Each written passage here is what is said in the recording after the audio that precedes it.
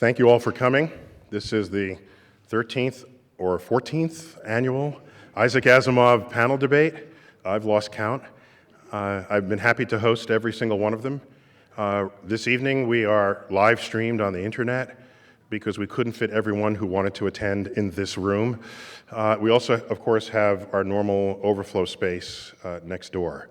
So I want to welcome everyone who is not in this room to this Asimov debate, which is on the subject of selling space. I'm Neil deGrasse Tyson, your host this evening. I'm the Frederick P. Director of the Hayden Planetarium, where I'm also an astrophysicist with the Department of Astrophysics there. If I can take a quick show of hands, how many of you out there in this room, is this the first time you've attended one of these debates? That's like half of you. We've been doing this every year, right? Where have you been? What? Were you dragged here this time? I don't know what. I'm curious about that. Just wondering. I want to thank the Asimov family, especially Janet Asimov. Isaac Asimov was a friend of this institution. He didn't fly much, and so most of his work that he did for his many books, 600 plus books, were conducted here at this institution in our libraries. And so we and Isaac Asimov had a special relationship because of this, and this panel debate is in his honor. And so I just want to join me in thanking Janet Asimov, who helped to spearhead this event. Janet Asimov.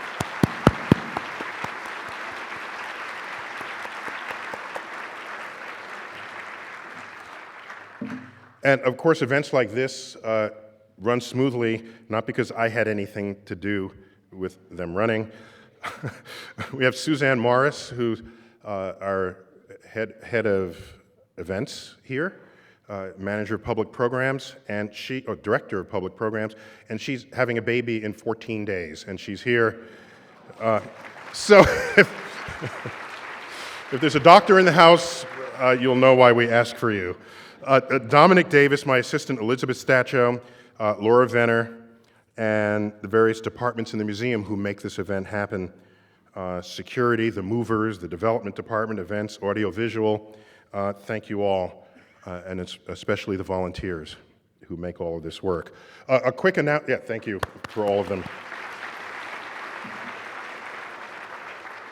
A quick announcement, at 2:06 this morning, one of the brightest stars in the night sky, Regulus, will be occulted by a 45-mile diameter asteroid. And it's called Aragon. And that's the name of the asteroid, Aragon. And so I think it might not be clear in the New York metropolitan area this evening, but along the occulting path, which goes from Canada, from the Atlantic Ocean up across New York City, up through western New York into Canada. These are fun to watch because the star completely disappears, in this case for 14 seconds. It's the kind of thing like astronomers get really excited about and others say, look at you kind of funny for having done so. But we like celebrating these events, and there's something we do called Astronomy on Tap, where we send some of our astronomers to regional bars, and you could just hang out, drink, and talk about the universe. There are 4 bars. There's a bar called the Ding Dong Lounge where we'll dispatch 2 astronomers there. That's uptown. There's another one called the Art Bar down in the West Village. We'll have 2 astronomers there. The Way Station in Brooklyn. What else do we have here? Pacific Standard. That's in Park Slope, Brooklyn. And so 4 bars. There'll be 2 astronomers in each bar. Even if we're clouded out, you can still drink in the universe with them. And while you're doing it, if you're ordering a drink, make sure to order a Cosmos.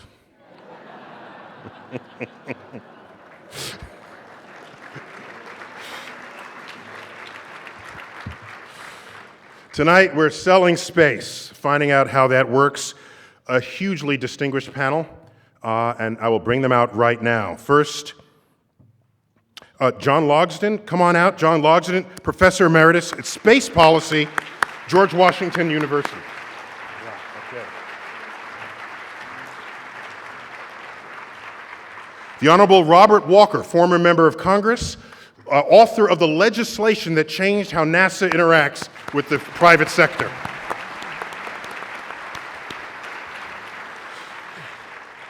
We have Mike Gold. He's from Bigelow Aerospace, one of the startup aerospace companies. Mike, good.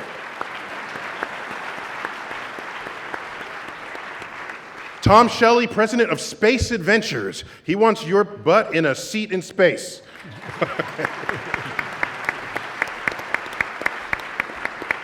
And the rest of you. Elliot Pullum, he's CEO of the Space Foundation. Elliot, welcome.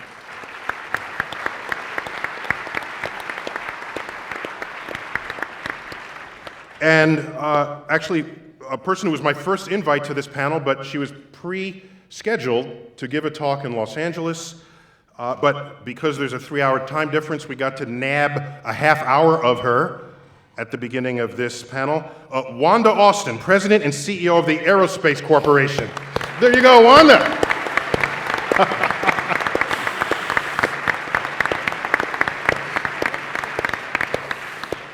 We all see you, Wanda. Thanks for joining us here. And we have you for like the next 3 hours, you said? Absolutely, Neil. I have each one of my panelists just prepared a 2-minute sort of opening remark, just so you know the sound of their voice. Now? John, now. Okay. Okay, so I'm the elder here. I've been at this a long time. The first launch I saw was Apollo 11. It's been downhill since then, by the way.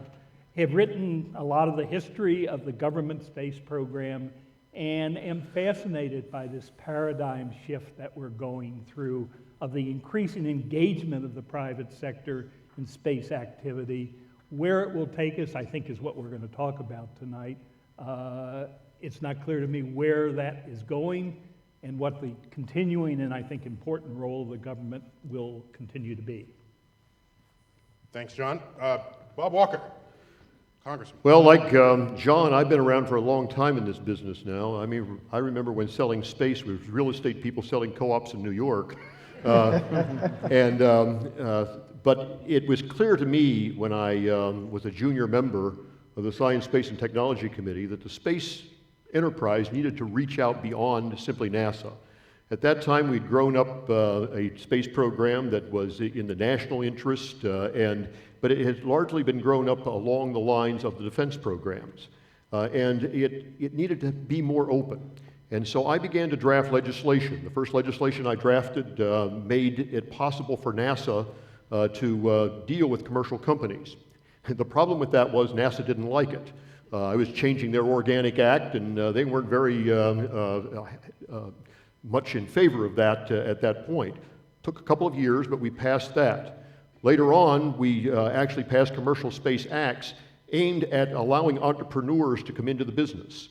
And that's where some of this momentum has now come, is that entrepreneurs can now begin to think in terms different than simply the government missions, and can begin to think about things that they would like to see done with the idea that in the end, investors will be interested and they can actually make money out of it. And that's where we're headed at the present time, and I think it's a brand new way of expanding the space enterprise in the United States. Excellent, thank you. Mike Gold, Bigelow Aerospace, what do you got? So I haven't been around as long as these two other distinguished panelists, but I've been coming to this museum for a very long time. As a child growing up on an Indian reservation in Montana, coming to this museum was the highlight of my year. And before you say, Mike doesn't look Native American, when we were going to leave the reservation, I remember telling my mother, we can't leave, we're here. And she said, you're Jewish, not Indian. And I haven't recovered emotionally ever since. And that made me crazy enough to get into the space industry, and I'm with Bigelow Aerospace, which is a commercial company that is developing expandable space habitats, which give you much more volume than traditional structures, enhanced protection from radiation and physical debris, and will protect you against the greatest threat for space projects, budget cuts. We can implement these systems for 10% of the cost. We've launched 2 spacecraft already, both on converted Russian nuclear missiles, from an active Russian nuclear missile base, and we have a third spacecraft headed to the International Space Station next summer, where it will be attached, and it'll be the first time that an astronaut will step inside an expandable habitat. I'd like to point out, coming from Montana, that it wasn't the Lewis and Clark expedition that settled my state or the American West. The government sponsored that exploration, but it was the homesteaders, the farmers, the trappers, the businessmen who came in and made it what it was, and I want to see that happen in the space world. Tom. Yeah, so good evening, everybody. My name is Tom Shelley. I run a company called Space Adventures. We are a space tour operator, and you may wonder what that means, and I'll tell you. So we arrange for private individuals to actually fly up into space and experience it for themselves. We do that. We've done it now 8 times using the Russian Soyuz rocket. We've arranged for private individuals to go as fare-paying passengers on board on those flights. We also have a company called Zero G Corporation, which provides weightless experience through a parabolic flight. We do those flights all across the US.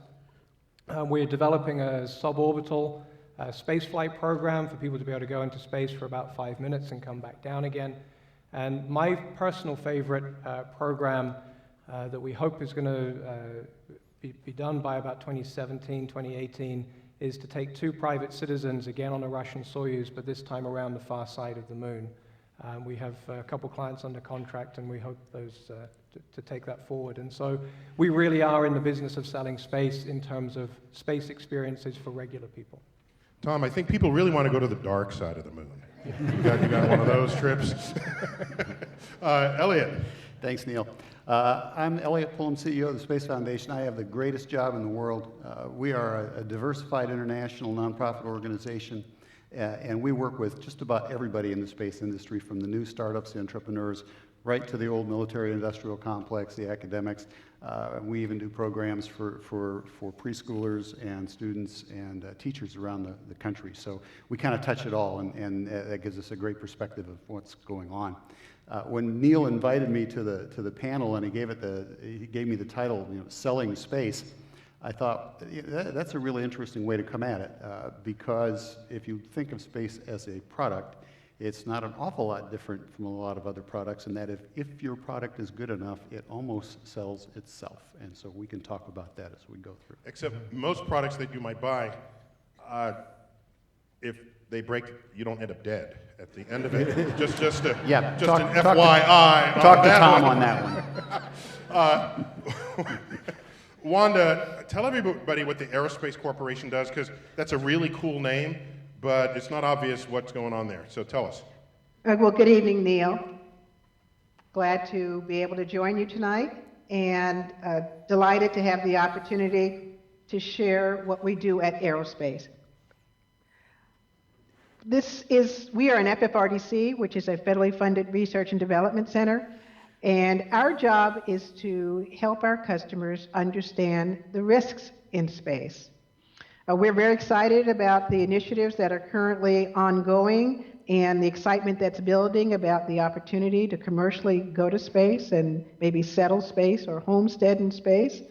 And we want to keep that momentum going and consider the entire range of things that need to be addressed in the technical domain and in the regulatory domain. And we'd love to see those things happen rapidly, because we want to get there as soon as we can. So while we share the excitement, we have also been called on a couple of broad area reviews, and Neil, I know you have helped with this as well. And this causes us to bring a rather sober view to the challenges involved in really achieving all that we can be in space. So as a community, we think about how we assess the risk and to evaluate whether we understand and have done everything we can to mitigate risk, so that people understand that while it will definitely be an e-ticket ride for those of us who understand Disneyland jargon, it is also something that you want to be able to come back and share with your grandchildren. So there's some things that I would offer up that we want to think about. There are some lessons that we've learned from entities like NASA on what are some of the processes that we need to have in place, what have we learned about regulating so that everyone understands sort of the minimum constraints that they need to meet. And we have other lessons where we've commercialized areas that the government has been, like commercial airlines. So there's a good business model there, but we also have to look at the safety of the public and consider what we need to do to ensure that not only the people on the ground, but the people on ISS, on the space station, all of those risks have to be considered. So we're looking forward to engaging on that discussion and discovering what the options are and the opportunities are. We look forward to working with many of the organizations that are represented here on the panel. But we also want to make sure that we have a good way to communicate with people who will volunteer to take that ride and ensure that they understand how wonderful it's going to be, and as much as you do with other exciting rides, understand where the risks are. Thanks. Okay, thank you, Wanda. So the way we run this panel, it's called a panel debate, but it's not your typical debate. What we do is we're going to have a conversation up here, and we'll interrupt each other. I'll butt in, they'll butt back in and out, and it's as though you're eavesdropping on a conversation we are having at a bar. So you're just going to watch us have a conversation. And I'm here to stir the pot a bit because I know that when this set of five get together, it's a love fest. And I'm just trying to make sure that there's a reality check brought to it. They've been notified of that in advance. Let me start off with Wanda. I want to front load you here because I know we don't have you for the whole night. If someone is prepared to risk their life to go into space, and they know this, and they sign one of these, what do you call these? Liability waivers. Liability waiver? That's euphemism for death waiver, I presume. Then why should anyone care what you say? They've got their own engineers. They get their own data. So where do you come into that plan? Well, we come into that plan to think about it up front and identify what are the things that we can do to mitigate those risks so that they feel very, very comfortable signing that waiver. But you cost money to them, right? Presumably, you're going to certify them to say they're safe. And they got their own engineers. So what is his motivation to come to you? Well, I think the motivation is because we've been in this business for 50 years, that maybe we know a little bit more about the risk than the average person walking on the street, and that there's a lot to be learned from having that insight, that you want to understand what you can do, and when you're really getting just a one-way ticket. So I think it's really, really critical to have that perspective well understood. And there's also other people involved, Neil. It's great that you signed up for that risk, but you also have a public safety concern, you have a collision avoidance concern that you don't inadvertently impact assets that are already there, and we will have other... Wait, that was collision avoidance system to avoid assets. That means not smashing into a satellite or something that's already in orbit. Exactly, not smashing into a satellite. Because we saw the movie, Gravity. We know bad stuff happens in space. We got that, right? Okay. Well, that's good. But we need to think about how do we make sure that this is a good outcome on all sides. And we will have other people in space. We already do today. So there are lots of reasons why we all want to understand that we fully understand how successful these missions can be and get out and support them and encourage people to go forward. Okay, so you're a supporter, but with caution. That's what you are here. So, John, you've studied the space program from its birth, which is now 55 years old. I know it's 55 years old because that's how old I am, and I was born the same week NASA was founded. Just want to put that on the record here. So, John, back in the old days, were people concerned much for safety, or we just had to beat the Russians?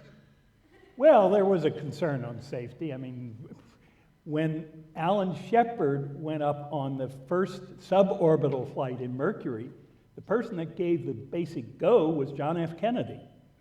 He was very concerned the week after the Bay of Pigs that we didn't have another on television live catastrophe. So there was a very real concern about the safety of the original astronauts. And it was, I mean, the odds given at that point would not be acceptable today. They were kind of 90% survival of crew, not 99.9%. But they were the right stuff. Yeah, okay. And for real, they knew what they were risking. They knew what they were risking.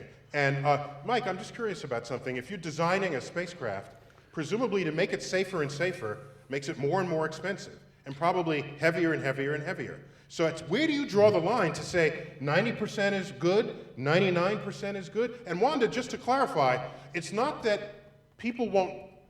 The issue here, I think, is not the risk.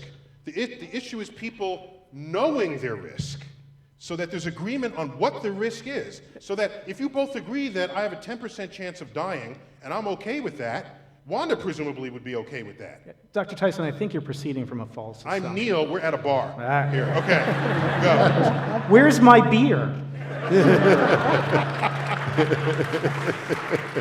Okay, it's a beerless debate. I'm sorry about that. All right, go. Lower cost does not inherently mean less safe. Our technology is an example of that.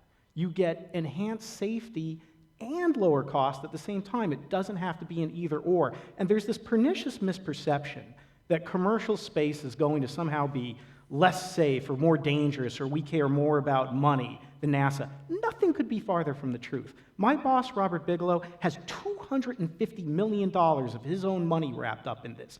I have my job and livelihood wrapped up on this. If we have a bad day, we lose everything. And that isn't to denigrate what NASA has done, and safety is very important, but no one should say that safety isn't job 1, 2, and 3 for the commercial spaceflight industry. Bob, when you were authoring legislation to open these doors, were you thinking that the first 100 tourists would die? I mean, what was in your head? That wouldn't have been very politically smart.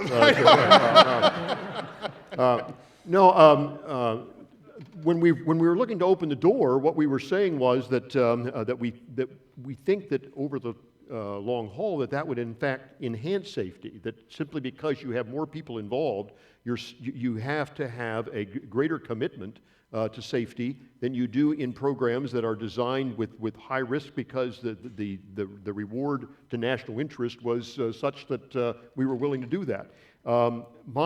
My thinking was that you expand the network, you expand the way that we approach space, and you will get much better ideas, and those will end up being safer ideas. And I might say, Tom Shelley can speak to this better than I can, but we've had the experience at Space Adventures with the people who fly.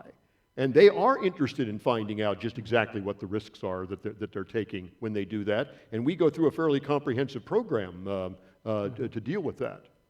So Tom, you don't make your own spacecraft.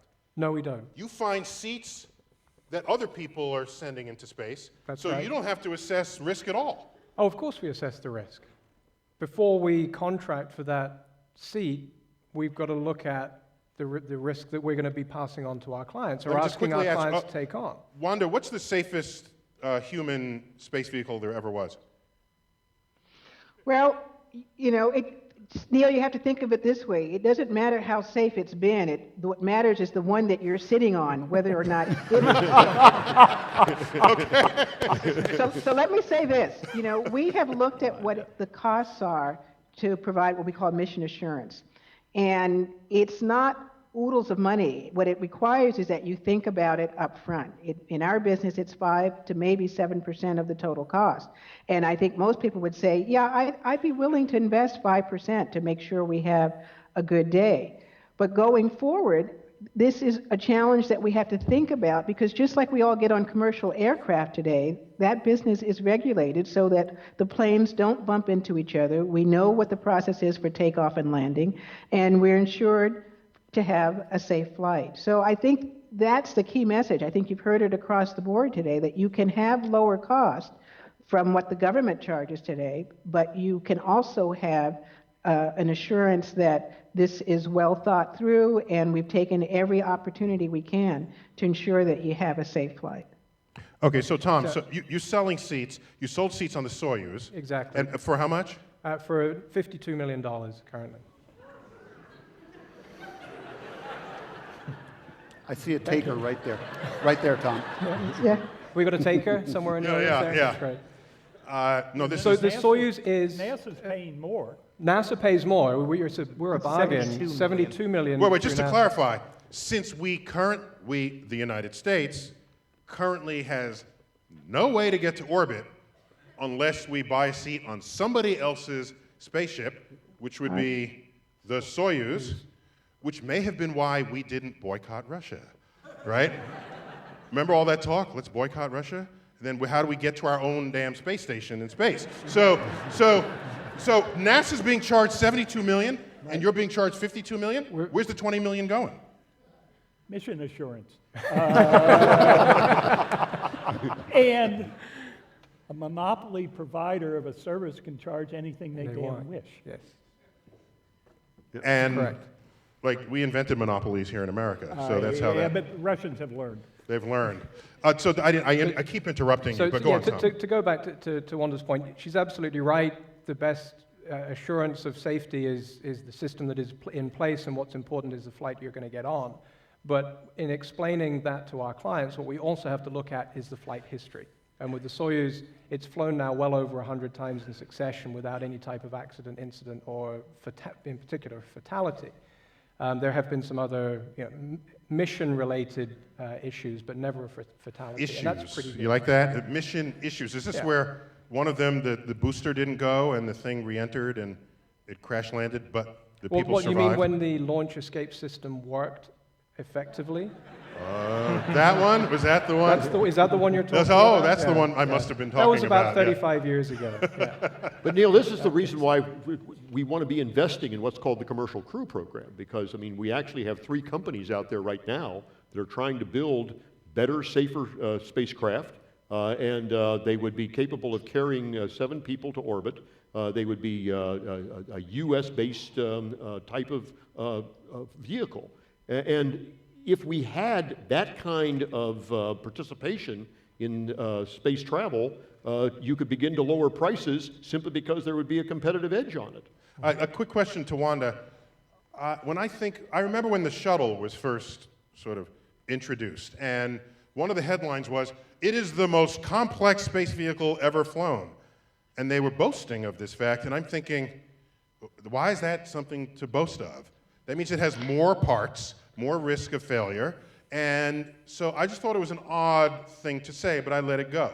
Then they said it's reusable, and so you think that would be a good thing, except reusing parts that have a lifetime, life expectancy, seems to me to put your next trip at higher risk. So what's the trade-off between a brand new a space launch vehicle and trying to reuse one because you're trying to be frugal? Well, Neil, I think of it as, do you want to be the one to drive the first car off the line, or maybe you'd like to purchase the 100th car off the line? Because you learn a lot in the process.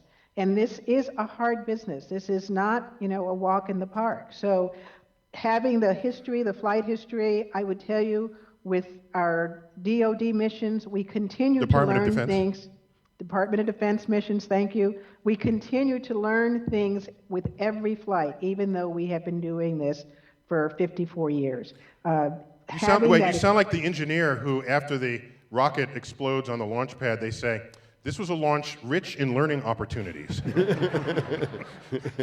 And we will learn, because there will be things that you don't anticipate. There are unknown unknowns, but it's a fabulous, fabulous opportunity for us. We are explorers by nature, and I know that this will be a phenomenal experience for my children and grandchildren who will look forward to this and take it for granted that you can go to space.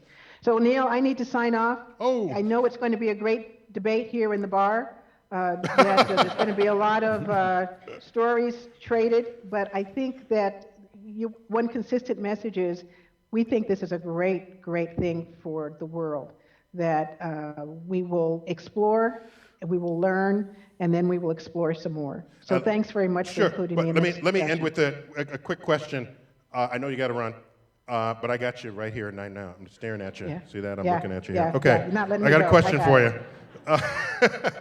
So I need your assessment, your professional assessment. Oh, by the way, I meant to ask, remind me, aren't you from the hood here? I'm from New York. I grew up in the Bronx. In the Bronx.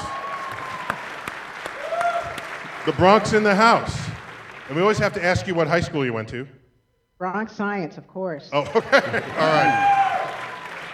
Okay, sorry, I meant to, it's local stuff here. Get a Just little you'll, Yeah. we'll get back to you in a minute. No, so of everything you've seen today, we can all applaud the entrepreneurship, but when is it ready for prime time? Or do you think people are overselling their products?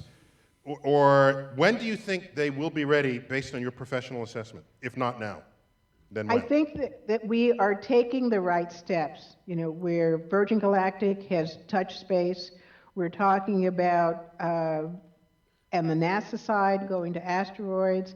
We're talking about flights going through space. We're talking about habitats. All of these innovative ideas come together to ultimately provide a capability that we will leverage. So I think we're already, we've already walked through the door, Neil. This is not something that maybe will happen. This is something that's already happening. And what we're saying is, as more and more people provide the opportunity to go to space, recognize there are 15 spacefaring nations today. It's not just about what's happening in the U.S. So we need to come together and think about, how do we do this in a smart and cost-effective manner? So we're already there. Wanda, Austin, thank you for joining this panel.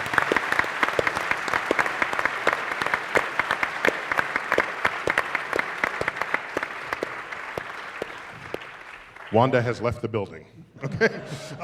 So Elliot, we have first time getting to you here. Thanks for your patience. Not a problem. You oversee an organization on whose board I once served. Just disclosure here, the Space Foundation. That is it's the centerpiece of so many space activities. Government, military, commercial, educational, and you're at the fulcrum of that. I want to ask you,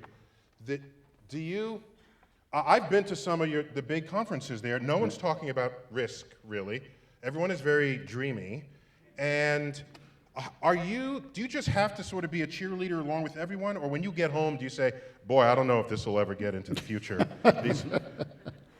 Well, you have to be realistic about it. You're trying to be a champion for the industry. You're trying to be a champion really for this cause, this great cause of human exploration of space. And I think one of the perspectives that I have on the commercial efforts that are going on is that everybody needs to kind of chill out and remember that these are business people that do not want to lose money. They understand it is not in anybody's interest for them to blow anybody else up. That's good to know. And if you look particularly at Virgin Galactic, since Wanda brought it up, Virgin Galactic is This is Branson's, which is Sir Richard Branson's suborbital flight program. They have been testing Spaceship Two and have had some successful engine firings. So this is a tourist experience where you'll get in the vehicle, you'll fly up just technically into space, so 100 kilometers plus or minus. We can say that you've been to space, you're an astronaut. But the companies behind this are companies that run railway systems, train lines, airplanes, freight. These guys have safety in their blood. And so it's not like they're all talking about risk because nobody wants to talk about it, but they certainly know how to mitigate it. I think that the bigger issue for us as a society is how much risk we are willing to accept as a nation or as a people. I think we've become incredibly risk averse. If you look at our national outpouring of hand-wringing and grief of course it's sad when you lose a life, we understand that. But I mean, hundreds and hundreds of people die crossing the street every week, and we don't say anything about it, but oh boy, if somebody gets killed in an airplane accident or something like this, we all lose our minds about it. And I think if you look back at when we were pioneering aviation, we understood that every single flight you were learning something. And that you're going to break something. No, I mildly don't agree with you because it's not that we're risk averse. It's that if you're going to take a risk, let it be for a reward that is greater than anything the current risk profiles have been offering.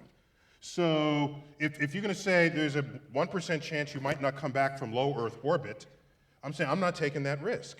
But Right. there's only a 10% chance you might come back from Mars, and no one has been to Mars before, and you'll be the first person to put boot prints on it. Yeah, that's a whole other conversation. And you should be the person to make the determination what level of risk you are willing to take. Okay. Let's gang up on Neil here.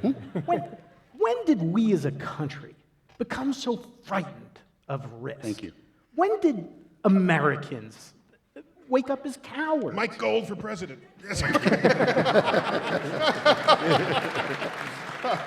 I think if you're not extending a frontier, there is no justification to absorb high risk. But isn't and that all we've been doing, you know this, all we've been doing for 40 years is driving around the block, boldly going where hundreds have gone before.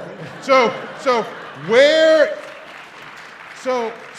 give me a place to go, and I think the people be lined up. Isn't it true? Hold on, Neil. Now you're treading on Star Trek, and that's sacred ground to me. That's sacred ground. Where are my Star Trek fans? Huh? What does Captain Kirk say? Risk is part of this game. Yes, the government's Risk gone is around. our business, he Risk says. is our business. That's why we're here. That's why that starship is here. We know the speech. But you're not just going around. The government's gone up and go around. Let's go back to the Montana analogy. You are going up there to create an industry, to settle a frontier. That hasn't happened yet. Just because a couple hundred astronauts have been up there, that's not finishing the job, that's beginning it. But Neil, I'm not certain I agree with your premise that the only reason why you go is because there is some massive reward at the end. I drive race cars as a hobby. I'm not going to win anything. But I have a heck of a good time doing it. You drive a race car? Yeah. So the fact is, When did you drive a race car? yeah, I haven't done it in the last couple of years and so on, but I've spent. What'd you drive? What'd you drive? Formula 2000 cars. Really? Yeah. That's cool. You never invited me. Bob Walker and I, he was the chair of a commission, a White House commission on which I served, and he served as chair, appointed by George W. Bush to study the future of America's aerospace industry. And that's when I first got to meet Bob. That's why I can justifiably ask him, how come he never invited me to this? Okay, Bob makes an excellent point, to which I concede. Well, let me make an even stronger rebuttal. One of the big differences in the shift from public-sponsored human travel to private-sponsored human travel is the acceptance of higher risk in the private sector. And you say it has to be great reward. If it's a government, true. But how many people don't come back from climbing Everest? Yeah, it's a lot. And they accept that risk, and it's not something that nobody's done before. For them, it's the first time. So why shouldn't being in zero gravity, why shouldn't being 5 minutes with the view from kind of near orbit be worth for an individual taking risk? Tom, what reasons do people give you for wanting to go into space, other than that they have a huge billfold? Well, that's a requirement in order for us to get into a conversation. But after that, So you're like in the casino in the back room that no one ever sees. exactly. Yeah, okay. We come knocking occasionally. It's a very personal motivation. It could be they were inspired as a child by some things they saw, the Apollo programs or something else, or in the case of one of our clients, they read about the experience in the New York Times, sitting in Starbucks, and they thought, I've done just about everything else, I haven't done that, and they pick up the phone and give us a call. Who knows? That's how it works. That's how it worked one time. Yeah. Let me find out. So, John, what's the total cost of the Apollo program? In today's dollars, $162 billion. $162 billion to get how many men on the moon? 12, 12 men on the moon. one failed mission. Apollo 13. Apollo 13. 6 successful landings plus Apollo 7, 8, 9, and 10, which were test flights before the first landing. Right, and Apollo 10, if I remember correctly, actually went to the moon, descended a bit. 40,000 feet. And In the LEM, right? They got, And it then, was an absolute dress rehearsal. and they just went down most of the way to the surface and then came back up. Yep. See, if I were in the LEM at the time, I would have just said, Houston, I can't hear you. What did you say? Continue? Change missions? You're breaking up, Houston. Yeah, see, They were tempted. yeah. But they wouldn't have gotten back off the moon. The thing was too heavy. Oh, okay. There was That's a good. technical. That's good incentive right Fair there. point. So Tom, I keep finding myself coming back to you because okay. if you guys collectively, especially whatever Bob's vision was when he drafted this legislation, if the idea is to make this for everyone, you're not talking about everyone.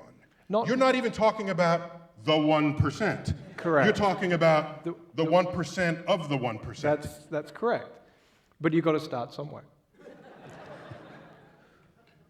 All right, so But in the early days of aviation, it was the very wealthy people that were able to participate in the early days of aviation, too. I mean, The women wore gloves. I mean, you got dressed up to go on an airplane. Nobody thought of Southwest.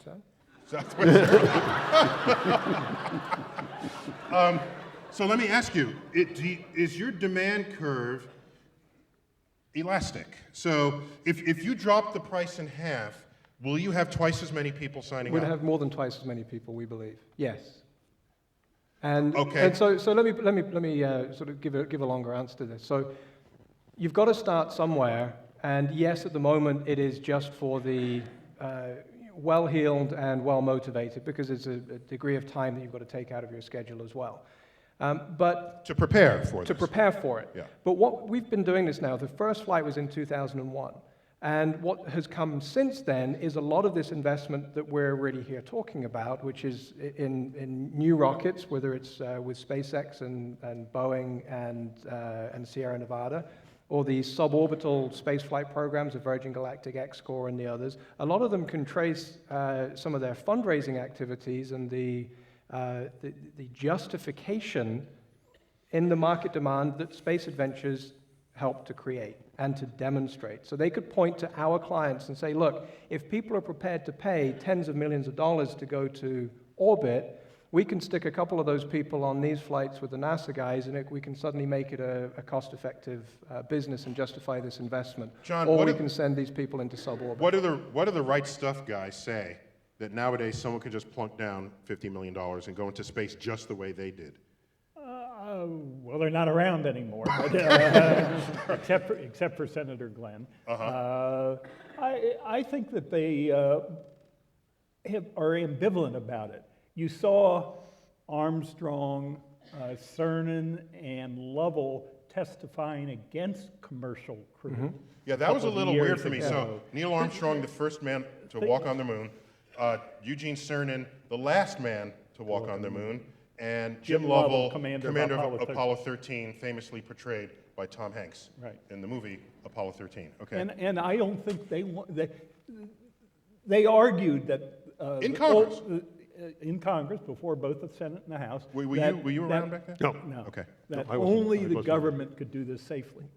That the risk-taking profile of the private sector was not likely to lead to successfully, at an acceptable level of risk, to take government astronauts to orbit. So it should be a strategic asset for the U.S. government.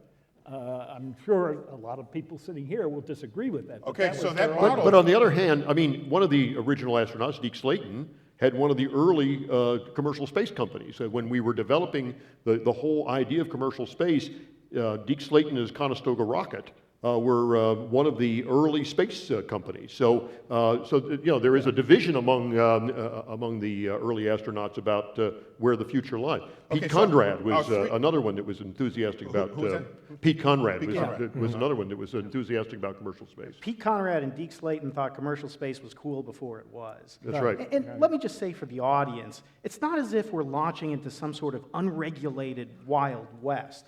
For all commercial space activities, we have the FAA's Office of Commercial Space Transportation. We've got a couple of representatives from the group here, and the number 2, who's in the audience today, is an astronaut. So don't tell me that this good man, who's an astronaut and a Marine, is going to let us do anything that's unsafe.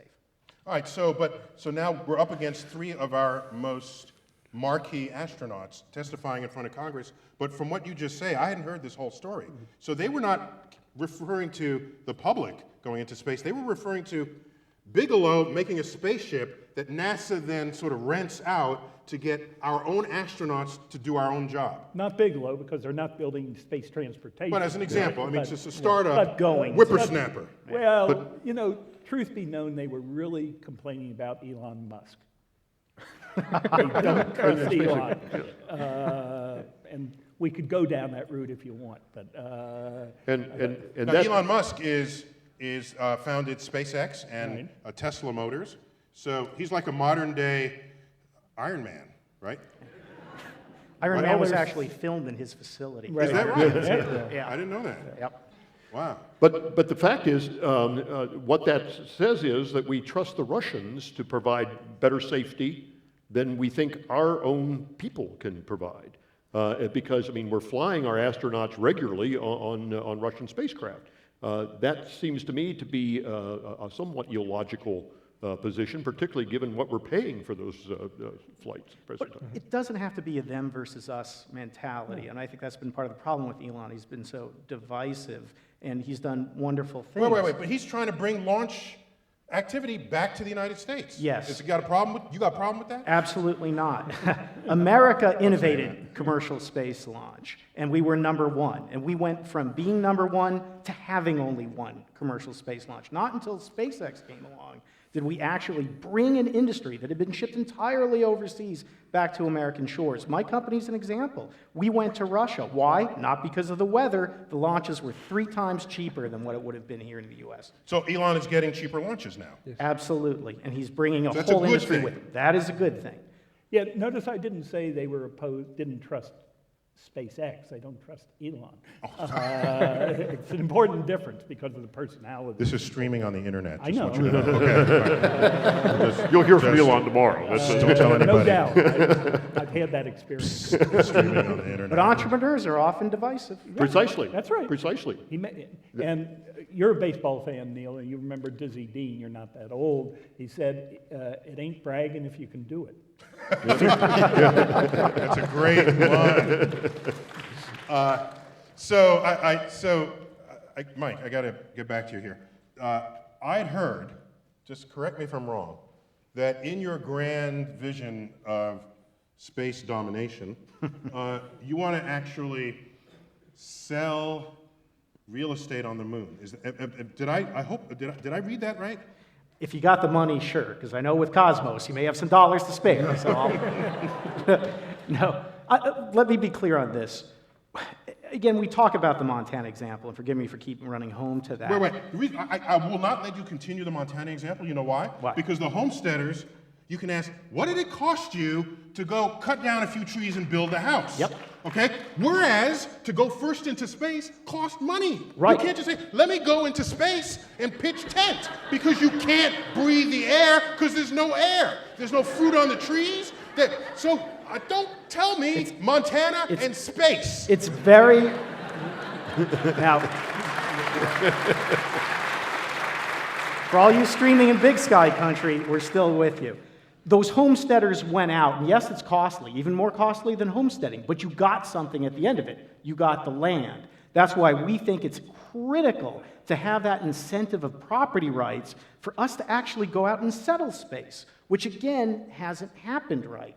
Now, to be clear... Oh, so you want to use it as a model? Yes. So you want to say, if Tom manages to put together some seats that go to the moon, and you're the first to do it, you can say, this is my plot of land right here, because I'm the first here, and I spent the money to do it, and I'm going to develop it, and farming, and Now, railroads. You can't say that because it would get you in trouble with the United Nations. But what I think you can ask for is at least non-interference. Why That would you this can be in conduct trouble with the activities. United Nations? The UN, we signed a treaty called the Outer Space Treaty of 1967, which prevents national appropriation. No, So I said he would own it for himself. still can't do it. The private actors act through the state. So if I came and planted my He's a flag, lawyer, you can- the US government would have to answer to that. So you can't do it. What you can reasonably expect is ability to operate on a non-interference basis for no one else to come in and do anything to you, and for you to enjoy the fruits of your labor, that if you mine helium-3 or find other rare earth elements, you can utilize and benefit from that, because if you can't, who's going to make this investment? Nothing will happen, which is what's been happening for 50 years. Let's move forward. When you were drafting commercial legislation, were you thinking about people buying property in space? Yeah, I think that's one of the things that might be an outcome. The fact is that what you want to do is you want to attract investment. You shouldn't have the whole bill for going to space be the government's bill.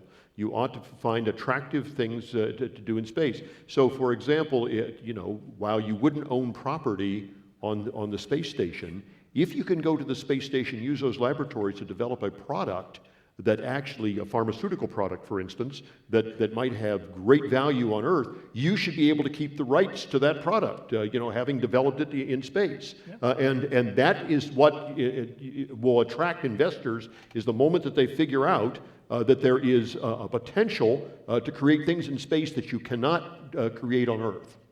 Elliot, what's the international landscape here? Lately, your annual symposia have attracted quite a bit of international participation. Yes. So we're thinking like American capitalists here, and that's very natural for us. I was telling them a story in the green room where when I was in graduate school, a Russian student had just come in. This is before the wall came down. And I found myself, I forgot why, talking about childhood games, and I was describing the game of Monopoly. And we've all played it as Americans. And he said, well, how do you win? I said, you end up with all the money and all the property and everyone else is broke. And then I'd never heard myself say that before. And he's from communist Russia, Soviet Union, and so not everyone will necessarily think this way. Right. So what's your pulse of what everyone else thinks is the right conduct in space? Well, it's interesting. The international participation in space is really in the upswing. One of the things that we see is more and more engagement in our activities by international companies. And the conference that you're talking about, the Space Symposium, over the last several years, a lot of our U.S. government contractors have been scaling back. They've had their budgets cut. And all the slack is being taken up by international companies, companies from Europe, companies from Asia, and so forth, who are on the ascendancy. You may have, I don't know how many of you saw the Global Precipitation Measurement Mission launch a few weeks ago. Big NASA satellite, very important payload for weather for the entire planet, and it was launched out of Japan by the Japan Aerospace Exploration Agency. So other countries are getting very, very good at the space business. They do bring their own cultures and their own flavors to things, and the bit about the Outer Space Treaty is pretty serious. They do take that treaty to be a serious, thoughtful treaty that a lot of countries have signed, and it basically says nobody can own the moon. That is a legacy for mankind, for humankind, and so there's a very strong flavor of that. Is that idea just something in the time and in the moment? You can't own the moon because it's our night. Think of what the moon was at the time the treaty was signed. We haven't even landed there yet. Yeah, I think at the time the treaty was signed, it was very much a product of the Cold War and a product of what was driving the dominant space programs, and there was a great concern that there would be, whoever got there first, there would be this hegemony over the moon that what we didn't want happen. So I think it's fair in today's context to say, let's go back and take a look at it. However, as John can tell you, getting the United Nations to go back and take a look at something is not going to happen this week. It's a But real process. we signed the treaty. We signed the treaty. Went to the moon and put an American flag there, not a United Nations flag. But Yes. we didn't then say, I claim this. We in did the not name of say we Richard claim this Nixon. for the United States of America. Okay, so we didn't say we claim the moon in the name of Richard Nixon. Right. No, Neil Armstrong did not say that. I can vouch for that. So what I wonder though, as times change, the universe is huge. It's vast. To start running around and say you can't own stuff in space, why should space be any different from owning land on Earth. You I- didn't I- birth well, the Earth. I think you're exactly right, and I think that probably what's going to be more interesting for commercial ventures in terms of wanting to own resources at this point is going to be things like asteroid mining, where there is no law that says you can't do that. If you have the ways and means to go out, snag an asteroid that's carrying $16 trillion worth of platinum and bring it back, and you can make a profit on that, knock yourself out. There's nothing to stand in your way, and I think you will see those types of efforts moving forward. Of course, if it has $16 trillion of platinum on it, and you bring it back to Earth, it's no longer worth $16 trillion. Exactly right. That's, And I'm remember my terrified of- Economics 101, you've just flooded the platinum market. Well, but if you're smart like De Beers, you'll control that.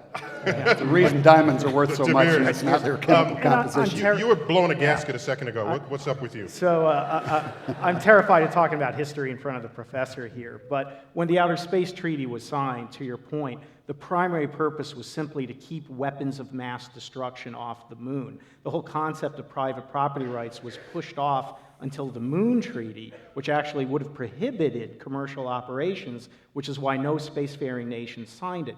Wait. John, you telling me that we signed a treaty on the moon to keep weapons of mass destruction off the moon so that we wouldn't destroy the moon? I mean, what? Yeah. Really? Yeah, that was the purpose of the treaty. In this, Man, that was a messed up era. Yeah. Man. one of the proposals of von Braun and his team in the late 50s, Werner von Braun, who built the Saturn V rocket for America after we snatched him off the line at the end of the Second World War.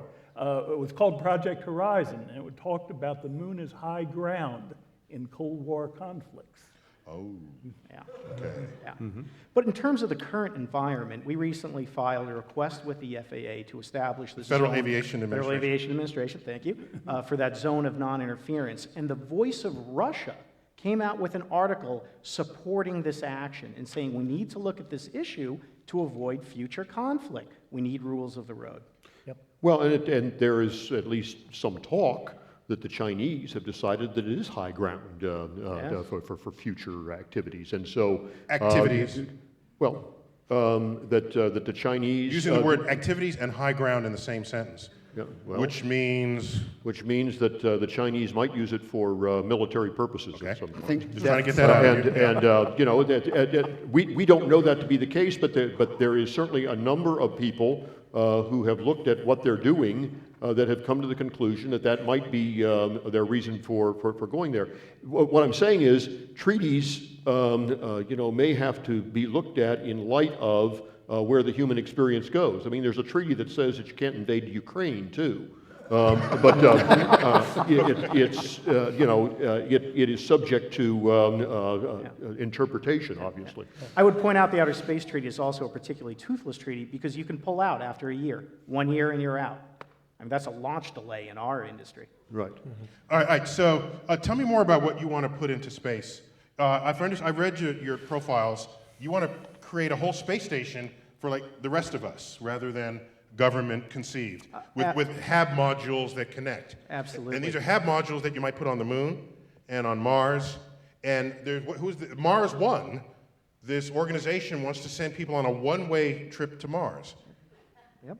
So let me tell you, I would pay $25 million not to be in a capsule for even 48 hours. And we talk about going out into space. You need larger volumes, and that's where this technology came from. What we're developing is a next-generation habitat that will serve as a commercial space station. ISS won't be there forever, and NASA's on record. International Space Station. International, thank you. We love our acronyms in space. And technically, they're not acronyms unless you can pronounce them. That's true, Yeah, which so I can't it's- anyway. So ISS is an abbreviation, but NASA is an acronym. Absolutely. I'm just saying. But I interrupted. Go on. Now I'm afraid to use an acronym. I'm going to say International Space Station every time now. So we're taking these habitats and evolving them to create a commercial complement to the International Space Station, and an eventual successor. And right now there's 3 seats for American and Russians on the ISS, 2, maybe 1 for the rest of the world. We think for 5 billion, 6 billion people, there's more interest in astronautics than 1 seat right now. So we think that's a great opportunity, and to move forward with the sort of microgravity research and development that was being discussed. There are wonderful drug treatments, cancer treatments, material science. We need to find a way to monetize space. Okay, so I'm a pharmacist and I have a cool experiment. I now pay you to gain access to that space so I can do my experiment, kind of what Bob was saying earlier. Absolutely. And you know what you hear from the pharmaceutical industry? It's not so much the cost, it's regular access. Because imagine on a terrestrial laboratory, if you could only conduct your experiment once every 5 years for 20 minutes. Not a lot of good science would be done this way. With a commercial space station, you can get regular, ongoing access and really create some good science to help us here on Earth. All right, your boy, Bigelow himself, put in how much of his own money into your company? $250 million, which is why I won't call him my boy. In the hood, we would call him that. So I just want to ask you, so he is the angel investor of his own company? Yes. Okay. When do you ever expect to turn a profit, or even any revenue at all? So when we talk about commercial space, one of the things that Mr. Bigelow has been so bold in doing is we're not looking to recapture our research and development money. Then it's not a business model. Then this is a charade. Absolutely not. We want the ongoing profits so that we can take that money, reinvest it in moving out further and do it more. Is he ever going to get his $250 million back? He will get that back and more, or I won't have a job. That's why he'll get it back, because you otherwise won't have a job. Well, that's the confidence you give me here. We're all going to work really hard. Again, this technology is good for commercial operations in low Earth orbit and is critical for going beyond low Earth orbit. Again, this was conceived of to take astronauts to Mars. As NASA looks at going back to the moon, possibly Mars, they need these systems for that. And again, you can't tell me that for 5 billion people, 1 astronautic opportunity, 1 seat, is all that there is interest in the world today. It's 7 billion people in the world. Well, minus Russia and China. I'm even worse with numbers than acronyms, so I'm not going to go. Bob, when you wrote the legislation, I'm just curious, did you have in mind that NASA would then just buy these HAB modules and access them, or were you actually thinking of the public gaining access to space? Both. I mean, I think that if you create the infrastructure that NASA can use, whether it's launch vehicles or whether or not it's space on orbit, that it may be better for the government to actually purchase that as a service than it is to go out and build it on its own. Like the post office buying space in the belly of Delta Airlines to carry mail. Sure. Or you know, the fact that the post office now operates in private facilities as well as their own public facilities. I mean, there are all kinds of reasons to have a vibrant commercial network that can be drawn on by not only the public, but by government as well. And that's the opportunity that we create when we expand the commercial opportunities. So Tom, I don't mind saving maybe 5 years of my vacation money to go into space. I would not go on vacation for 4 years, save it, and then put it in my 5th year vacation and do that into space. Yep. If I do that, it comes, no matter how successful Cosmos is, I will not have $52 million to do this. How soon in the future do you imagine folks who might have gone to Disneyland, Disney World, save up 5 years of that and then go into space? How soon? It's a long way away, frankly. Can you quantify that, please? Well, it depends on, again, your definition of space. Do you want to go on a Virgin Galactic flight for 5 minutes and come back again? Wait, Is that- let's establish that right now. Okay, space. We just heard a guy named Felix Baumgartner do a jump from the edge of space. And I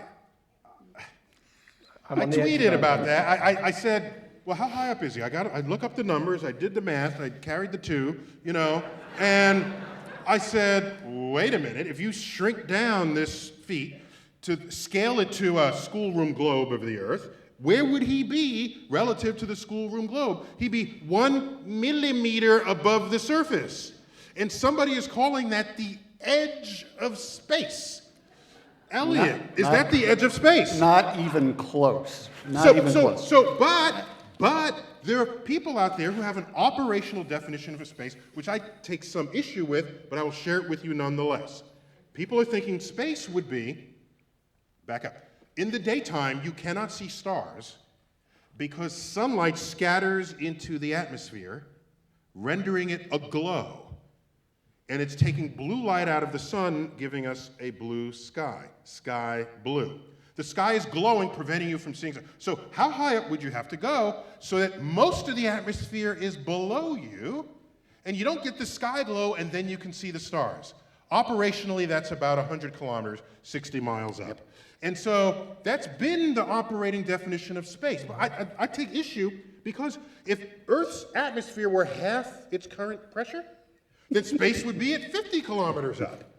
And if it had a fourth this pressure, it'd be 25 kilometers up. If we didn't have atmosphere at all, space would be Right here. Right here, okay? Because on the moon, you could look up and see stars in the daytime as you would on Earth if we didn't have an atmosphere. So that definition of space is, I don't like it. But let's keep it for the moment. Let's just accept it. You got people, when you say low Earth orbit, Yeah. you're going up to 100 kilometers and coming back. No, you're going No, up to that's about, suborbital. That's just about 400 yeah. kilometers, 250 miles. You're going a little higher. Oh, you Well, go. to the International Space Station, low Earth orbit. No, I'm talking about these joyrides up and The back. That's suborbital Suborbital. Yes, is 100 kilometers, 100 correct. kilometers. and that's what we're doing now, and that's what It's not No, been we're done not yet. doing it. No, Yes. not yet. It's what Virgin... hasn't been done yet. It's what Hasn't been Virgin done. Galactic is working towards. There's a number of companies, Space Adventures, Virgin Galactic, and Excursion, developing different vehicles of different types. For that mission For that. profile. So what do you call space? I go with the definition that the astronauts and everybody else use, which is this 100 kilometers. That's the traditional point that we've pegged it at. We can argue, it's a little higher, it's a little lower, whatever you want to say, but that's been it's been the standard. So if I go okay? up and come back, I'm an astronaut. If you crack that 100-kilometer distance, you have gone into space, and you are an astronaut. And the FAA, I believe, even has a criteria, somebody here can answer that they will be able to award astronaut wings to civilians who have done this. You don't have to be a NASA astronaut to get your astronaut wings anymore. Okay, so But that's Our the definition. first space flight by Alan Shepard was to Okay. basically what we now call And so Understood. back to your guy, Felix Baumgartner. you're not my guy. I mean, He's Red Bull's guy. Exactly, Red Bull's guy. Red Bull is really smart. They sold an awful lot of power drink behind this because they understand that people are still extremely excited about space. And so everything you saw, is a leap from the edge of space, is space jump. He's in a capsule. No, he's not in a capsule, he's in a gondola. A capsule makes a ballistic reentry. A gondola hangs under a balloon. But everything they Those did... are different, They are very different. And all the terminology they used, the design of his jumpsuit was designed to look like an astronaut spacesuit. The beautiful wide-angle fisheye lens picture that shows the Earth curving. To get that curvature in a regular lens, you would have had to been about 300 miles higher than the space station. Right, so it was all baloney. But it was all baloney. Yeah. But... Just to clarify, yeah, 'cause I even it's all, tweeted this. yep. Oh, you're on a roll. Let me no, go. it's all- Okay. No. Absolutely all baloney. So the photo showed him ready to jump, and in the background you saw the curve of Earth's surface. And I did the math on that. No, not even He's not close. seeing the curve. Nope. He's a millimeter above the schoolroom globe. You right. don't see a curve there, Nope, right? that's So right. that's just the wide-angle lens that curves horizontal lines above the midplane. How high was he? 23 miles, I believe. So not even a third of the way there. But let's not take away the fact that's an incredibly, incredible stunt. When you start talking about risk, there was a high risk. The issue is It was a badass stunt. badass stunt, but it was not. They brought in the word space, and that's what I absolutely, took issue. and that was all to sell product, and so it's both a sublime and ridiculous. It's ridiculous because it's all baloney. It's sublime because they understood how powerful emotional space is, and they used that to sell a Plus, lot the of dude product. broke Mach 1. He was booking. Yeah, except with the help of gravity. Right. Yes, he was Right. moving fast. Earth Right. helped that a bit. Gravity had much more effect on him than Sandra Bullock. Okay, so I missed. Sorry. Love you, Sandra.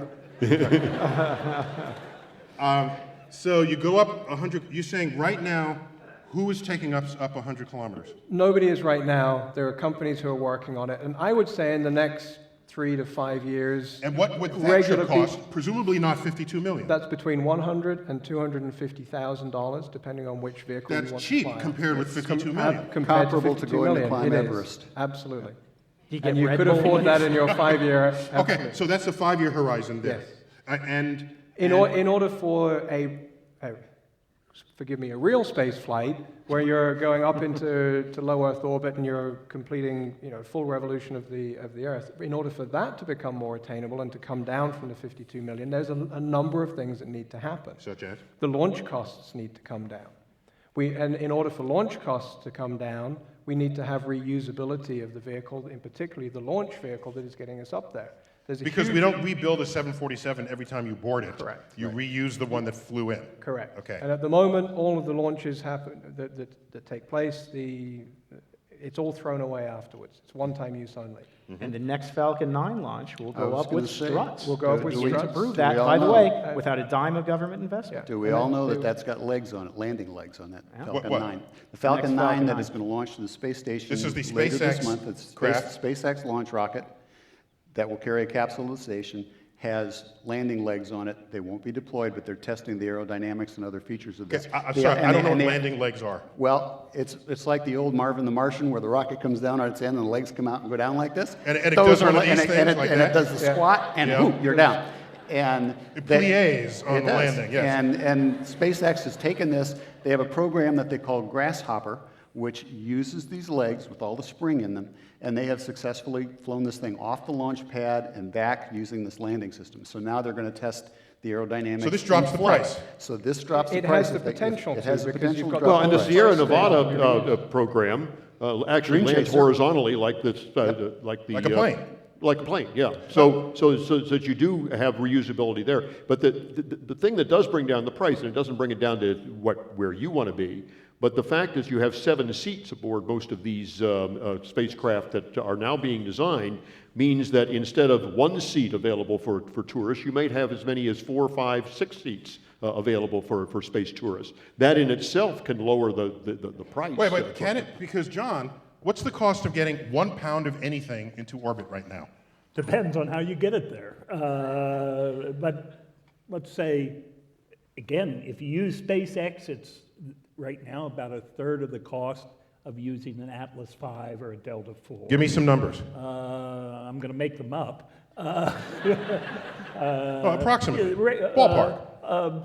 Let's say $6,000 a pound $6,000 a pound. for the expensive ones.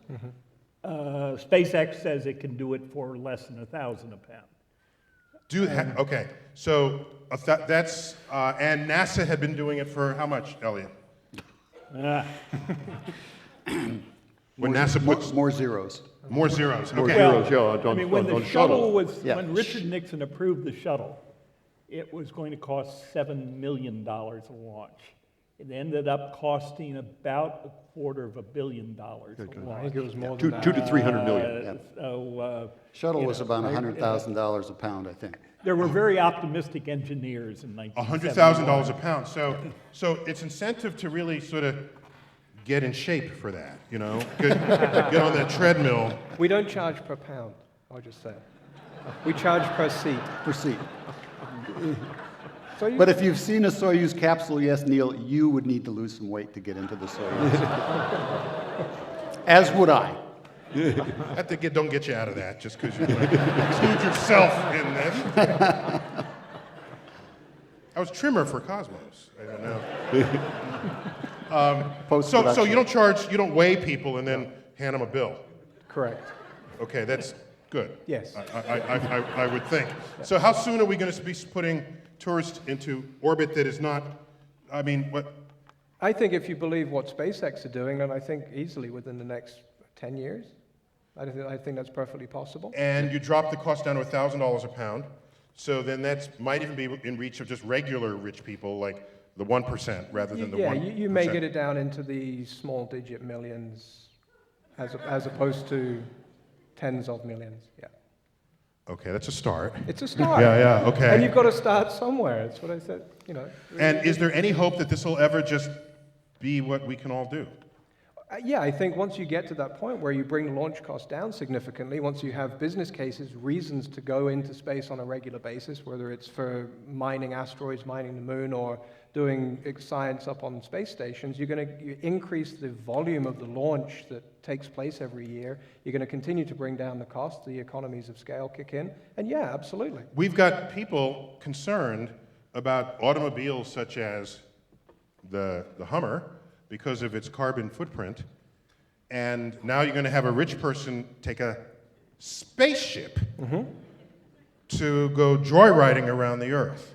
Yep. Are you ready for that conversation? Yes. About absolutely. the carbon footprint of that? Yes. Okay, how are you ready for it? Because you can't invent technology before there is a market and before there is a demonstrated need for it. You've got to pollute for a little while so that people can put the money into inventing something that's going to not pollute, right? Wow, that's an interesting question. That's quotable. Okay, sorry. You have to pollute for a little while so that you can get investors to then create a product that doesn't pollute. Sure. Interesting. Right, we didn't go straight to an electric car, did we? No. We've been driving fossil fuel cars for That's before we least a even century. knew that it would pollute. Yeah. We hadn't really thought that one through. Yeah. But you got people who thought it through now, that's all I'm saying. Yeah. But Elliot, jump in. We've got clean rocket technology. We do. I I mean- mean, there's possible to fly liquid hydrogen, liquid oxygen rocket that emits water vapor. Yeah, that's Yeah, but better that's a than separate- But that's an investment. Yeah, but the hydrogen and oxygen, so that would be like the big orange tank of the shuttle, Yep. had two tanks within it, one tank twice the size of the other. Right. The bigger one of the two contain hydrogen, and the smaller one of the two contain oxygen. It fuses them together, it brings them together, and you get two hydrogens, one oxygen, that gives you water as a byproduct, and a huge amount of energy. Right. But you needed energy to split the hydrogen and the oxygen to begin with. No, that's not the way it worked. Oh, okay, I see where you're going. Right. The manufacturing of those two gases into liquids requires You have to. a manufacturing You got to get your apparatus of hydrogen some kind. somewhere. You're probably Right. going to get it from the water molecule, and water is very tightly bound. That's why you can drink it in you, and it comes out still as water.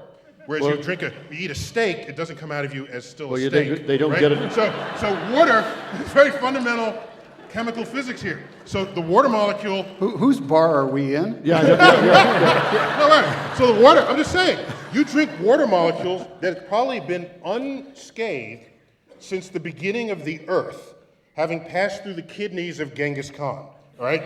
So now you got to get your hydrogen, break the water molecule apart. Now, you don't get the hydrogen from water. where are you getting the hydrogen from? You get from natural gas. You peel the carbon atom out of natural gas, and that's where they get the hydrogen that they use aboard the shuttle system, for example. Did you have some, and possibly using solar power to heat the water to get the hydrogen that way? Wasn't that one of you had some ideas about that, I thought, a long time ago, no? Well, you can in fact use solar to heat, to get superheated conductivity, and that would split water into hydrogen. And then- it would not have environmental impact. It's also very expensive to do.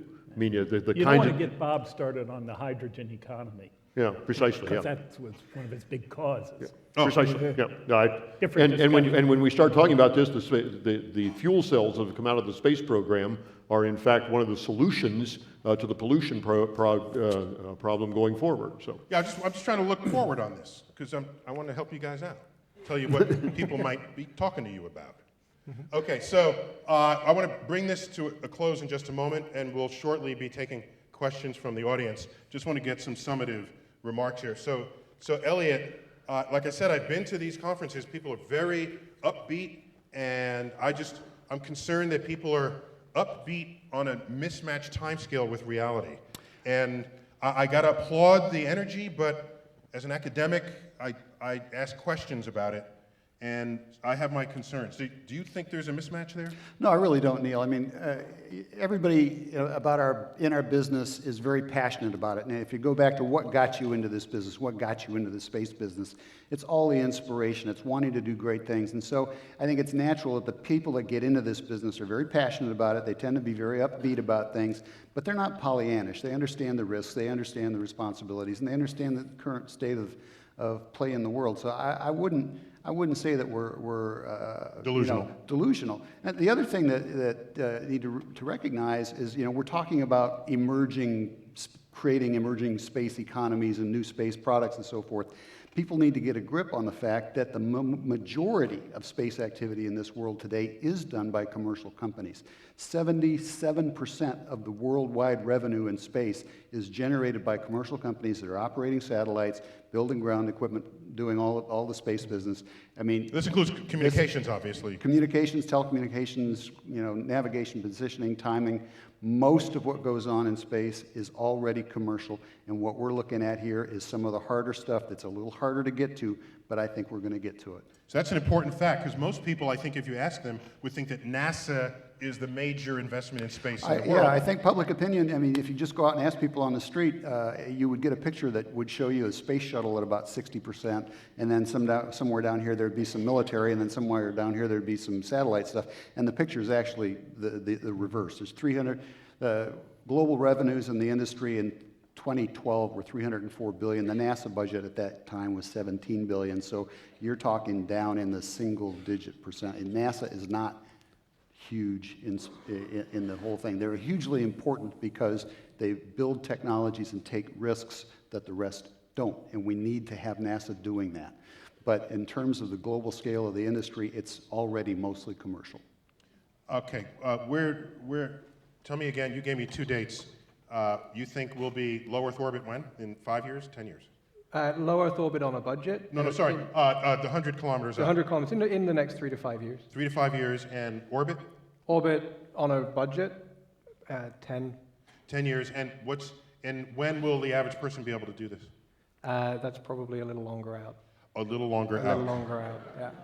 A little longer out. Yeah, Okay. And what's your most lucrative operation right now? Our orbital space flight, so a $52 million seats up to the International Space Station. And the Russians will do that. If I remember correctly, the Americans wouldn't let you do that. That's correct. To sell a seat on the shuttle. That's correct. And Bob, why not? I'm not blaming you, but you did write the legislation. Well, it was quite a discussion with the NASA administrator back at the time that that decision was made, and after the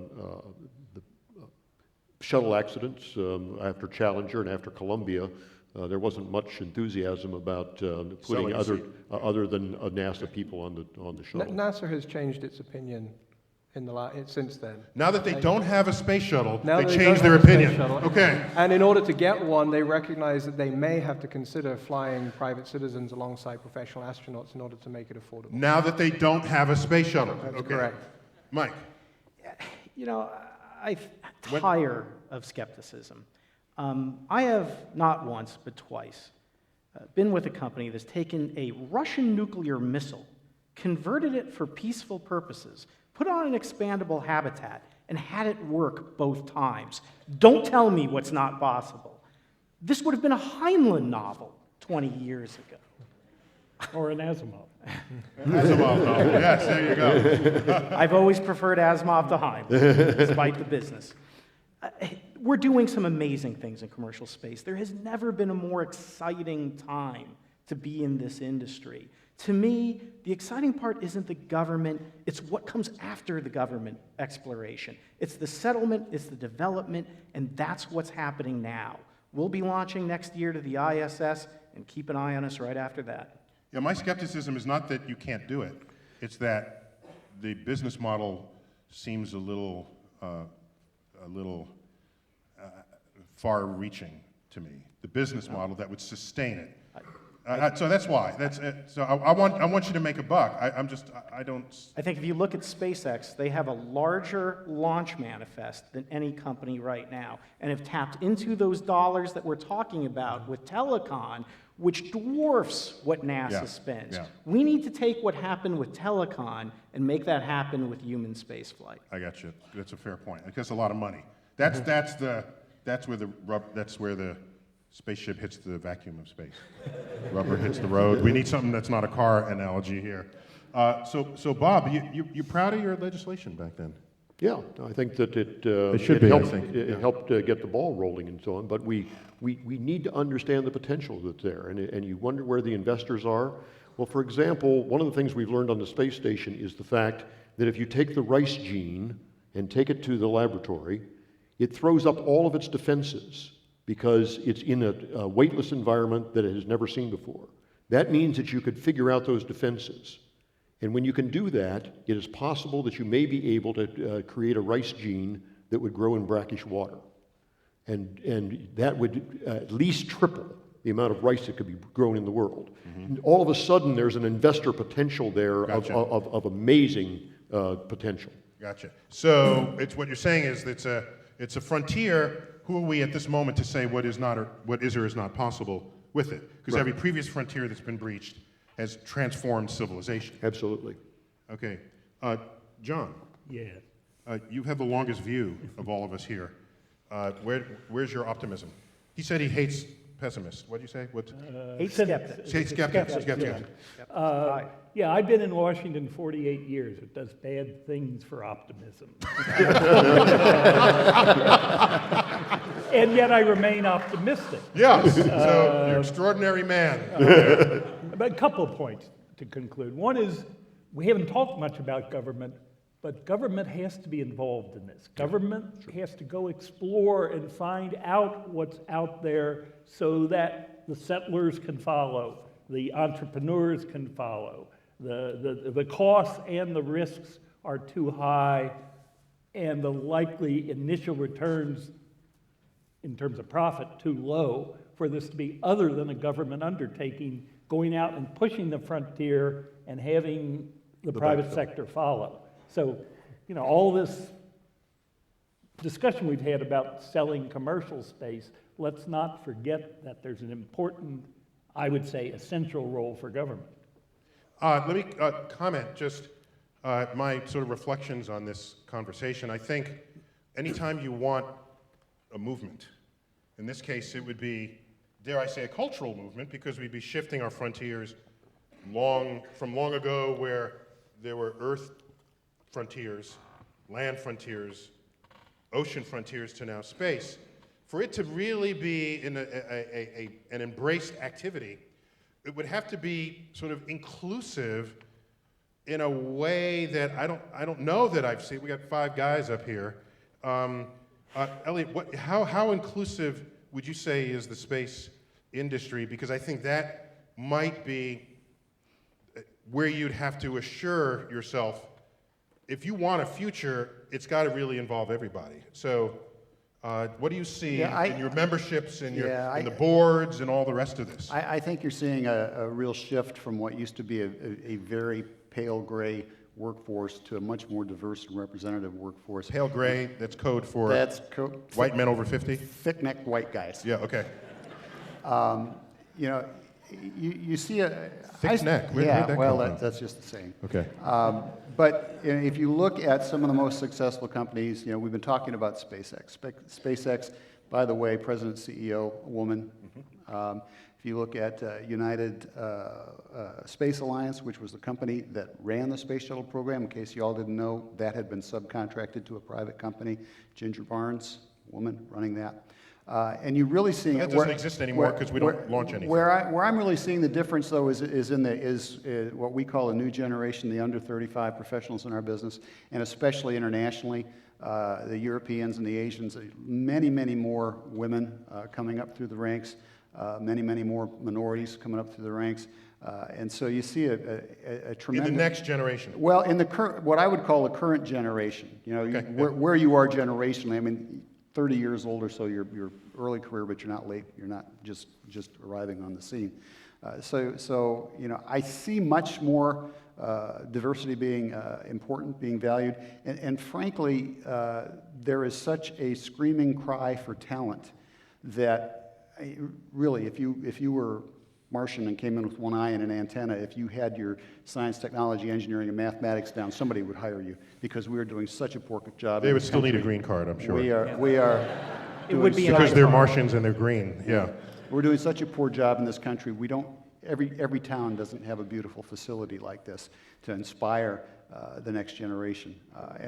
So there is a real crying need for more talent in the workforce. I don't see that diversity as being much of an issue anymore. For what's coming up. Yeah, quick one. I Mike. will say, when you walk into a room at an aerospace meeting, you can always tell who the new space companies are. Right. Because they're the youngest in the room, they're the ones with the women, they're the ones with the racial diversity, and that's what this industry needs, because homogeneity among the people leads to a dearth of ideas. We need more diverse people, more diverse concepts, and that's how we So it's can more move than just forward. that you need it, you actually see it in the next generation. Absolutely. Okay, excellent to hear. Gentlemen, thank you for this. Thank you all.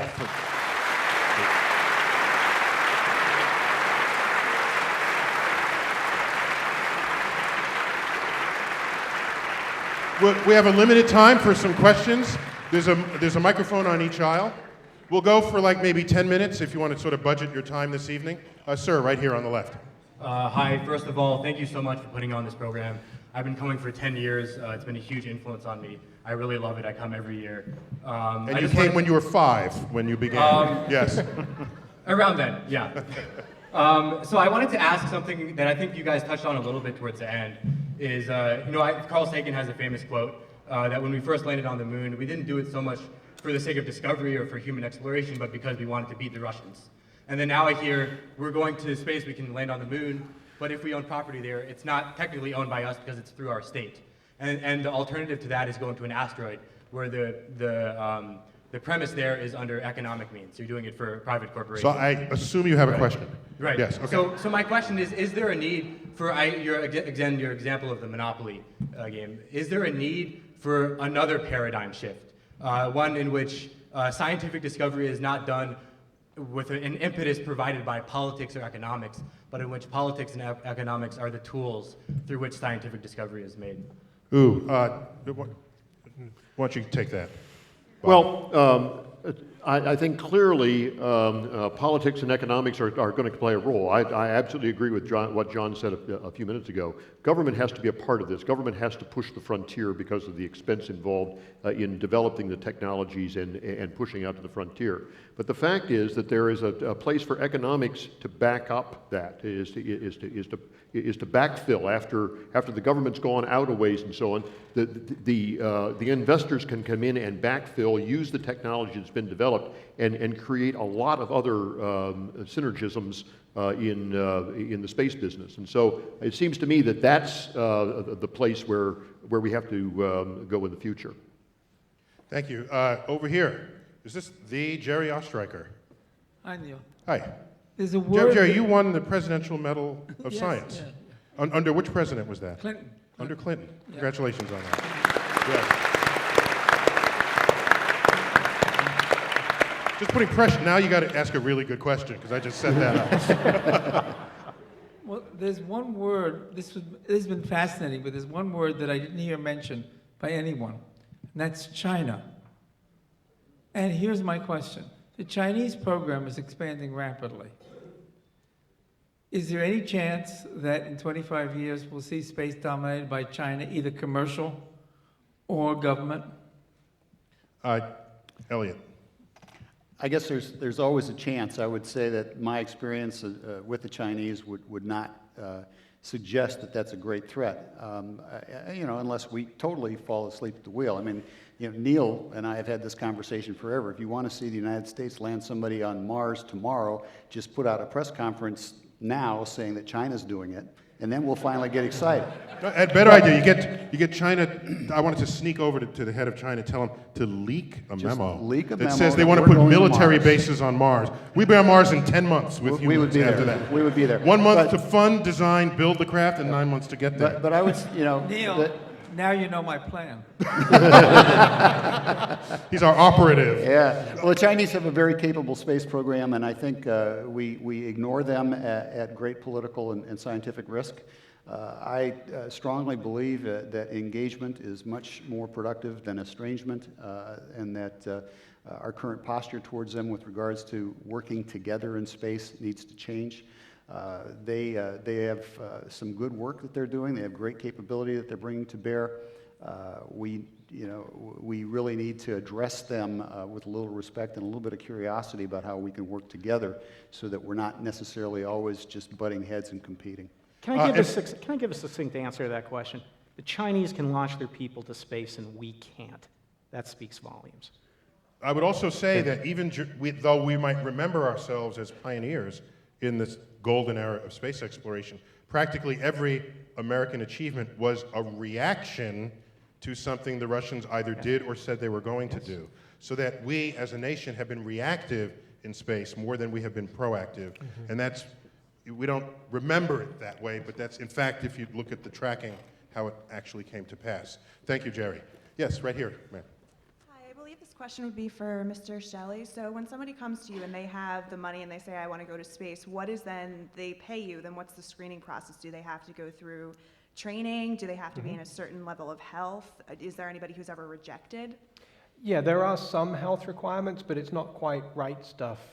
You know, we're It's not adequate stuff. Yeah. Yeah, okay. You can be adequate stuff and he'll take you, yes. Our clients have been in their, ranging from their 20s all the way up into their late 50s and early 60s with a range of health problems which are probably similar to the majority of the people represented here in this room. It's a significant health ailment, I guess, that would prevent you really from flying into space. It's a lot easier than you'd expect. In other words, $52 million buys his ignorance of your health. Yes, that's what that is. But they do train as well. Yeah. Sorry? They do train. And they do train, yes. There is quite an extensive training program that our clients go through to familiarize with the spacecraft and to understand what life is like in space, etc. So it is quite a enjoyable, actually, and very rewarding preparation for the space flight. Thank you. Right here, sir. Okay, a question for John. And by the way, I'm the alluded to Federal Aviation official who used to be the former astronaut, so I know Welcome. a bit about this. But You flew on Endeavor? I flew on Discovery and Endeavor, and my last mission was landing Endeavor at night down at Yeah, thank you. And if you're tracking it, Endeavor is now on display in California, in Los Angeles, Right. at the California Science California Science Center. So you're from the FAA's which branch? From the Office of Commercial Space Transportation. So the FAA is now thinking about space. Well, we have been since 1980. Well, the office has been around since 1984, but the FAA picked it up in the mid-90s. Okay, if they're going to think about space, maybe they should first find the Boeing 777 plane before they can. I'm That's just big wondering. FAA. I'm little FAA. Little space FAA. He's little FAA. Okay. Do you have a question or a comment? That's right. Question for John, I think, and that is, when I was a little guy, as a matter of fact, probably like a lot of folks here, I was inspired by the actions of the Apollo astronauts and the Gemini astronauts. They were part of living and growing up, and they were an inspiration to me that drove me to where I ended up going. So we don't have those guys now. We're going a different route. So, John, since you're so well-versed in the history of that plane, how do you see commercial space as serving as that inspiration for young people? Yeah, if we don't have heroes, who's going to want to do this? Well, I don't think commercial space is going to serve as inspiration. That's where the government comes in, is doing new things. I mean, your experience as a shuttle astronaut, unless you showed up in your blue suit, nobody knew who you were. We were hoisting our own... The blue flight suit. Flights, Yeah. the Not just a blue suit astronaut from outfit. Barney's. No. Right, okay. I mean, the shuttle was supposed to routinize space, and it did, and it got boring. We lost the heroic element most of the time. So I think we have to go places. as you said, not just in circles, but back to the moon, asteroids, Mars, then you can get some inspiration. Rich people taking joy rides is not inspiration. I beg to differ, actually. Wait. You differ from John, so you think rich people taking joyrides will inspire us all? Absolutely. I think the... Okay, I gotta listen for You this. gotta listen carefully, right? I get calls... I gotta get closer, go. We get calls and emails on a daily basis from people saying, I am so inspired by what it is you're doing, opening up space. I never thought it was going to be possible for me to be able to go to space because I know I wouldn't qualify. I'm not a superhuman. I'm not an astronaut, a government. I won't be selected, from the cream of the cream. But I'm a regular person. I know that if I work hard enough, I can achieve that dream as well. And put it in your savings account so it makes Put it in your 0.1% savings, interest. absolutely. And then you'll eventually have $52 million. Just while we're at it, I'd like to acknowledge at least one other astronaut in our midst. Mike Massimino, please stand up. Mike Massimino! He's a shuttle astronaut. Mike has done awesome things. There's one thing he and I have in common. We both had cameo appearances on The Big Bang Theory.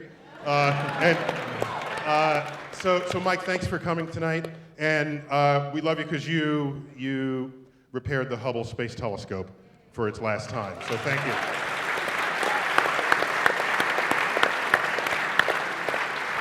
Yes, sir. Thank you all very much. I have a question actually for Dr. Tyson. Mr. Gold, I believe, said he doesn't like skepticism.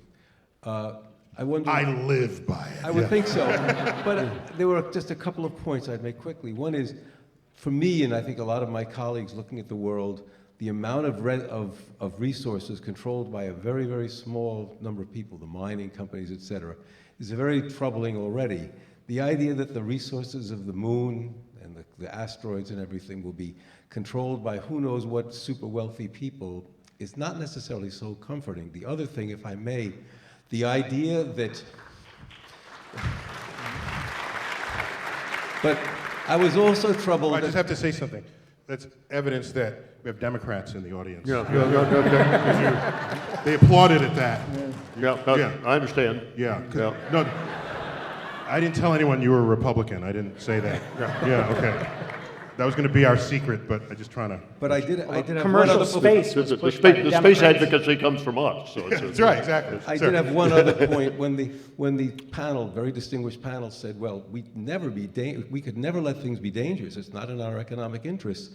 I can only imagine the panel on the new nuclear power, as the company said, well, we could never be dangerous. That would be against our interests in Fukushima. And even we have a panelist saying, well, we'll pollute a lot at first, but later it'll straighten itself out. What are your feelings on that? Them I know, but yours. Yeah.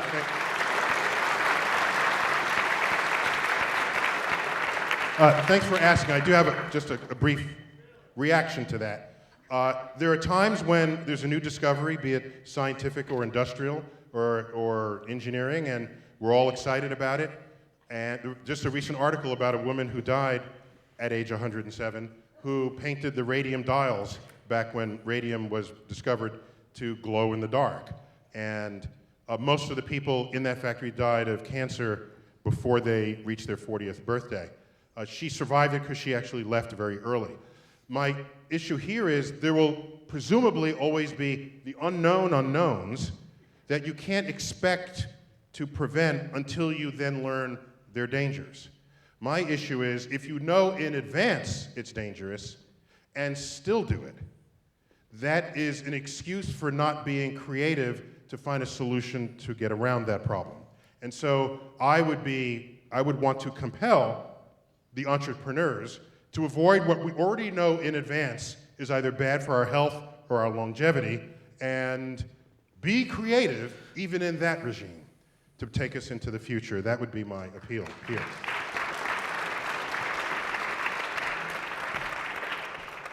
We have a question from Twitter. Woodrow asks, how useful or needed is space-based experimentation? And so in other words, can you expand on what you said about rice seeds? I mean, let me phrase that in another way.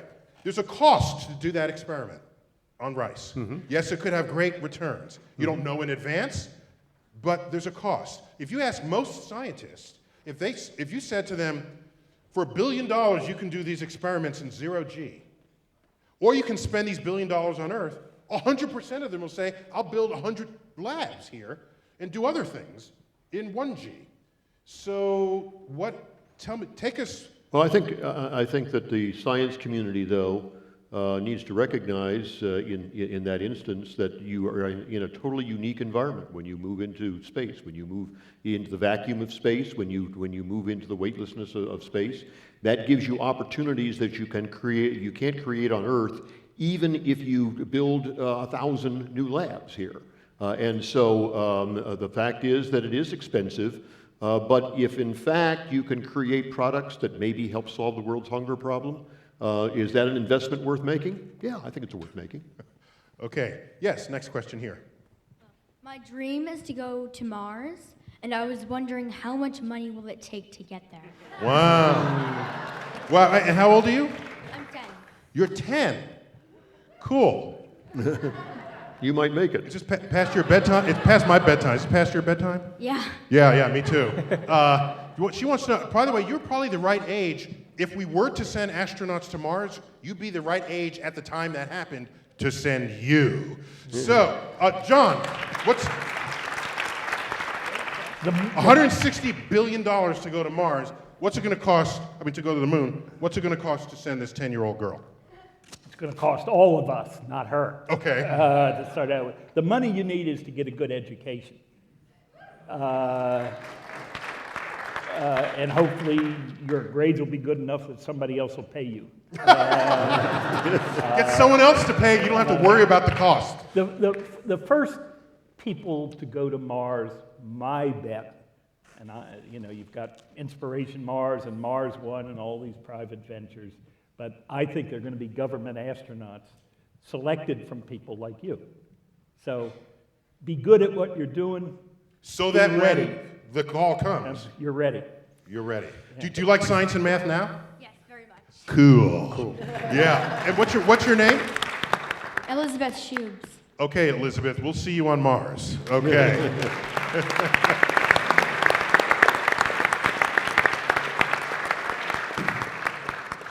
So Alexis Goncalves asks, will we get to Mars in the next 50 years with humans?